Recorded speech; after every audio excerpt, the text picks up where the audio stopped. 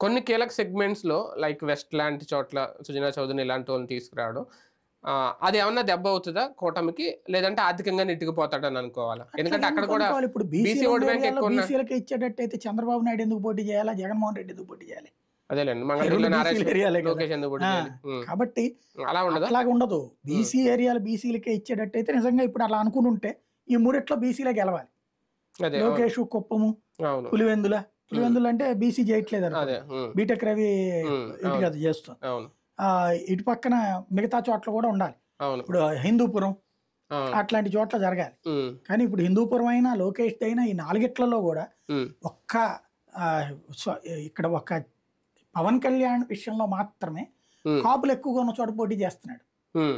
మిగతా 4 చోట్ల బీసీలు ఎక్కువ ఉన్న చోట్లే హ్మ్. అయ్యి. హ్మ్. హ్మ్. మరి ఆళ్ళు ఓడిపోవాలి కదా! అవును. అవును. బీసీల రాజ్యాధికారం కోరుకుంటే. హ్మ్. హ్మ్. కాబట్టి బీసీలు ఆ కోణంలో ఉండరు నాకు తెలిసి.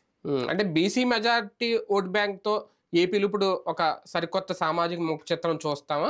కాపు సామాజిక వర్గం ఓట్ బ్యాంక్ కనుక నిజంగా ఇప్పుడు మనం అనుకున్నట్టు వీళ్ళకి గనక యాడ్ అయితే ముఖ చిత్రం ఏమైనా మారిపోద్దా? కమ్మ, కాపు, బీసీ కూటమికి. ఏకమైతే జగన్మోహన్ రెడ్డిని పొరపాటున కూడా గెలవలేడు.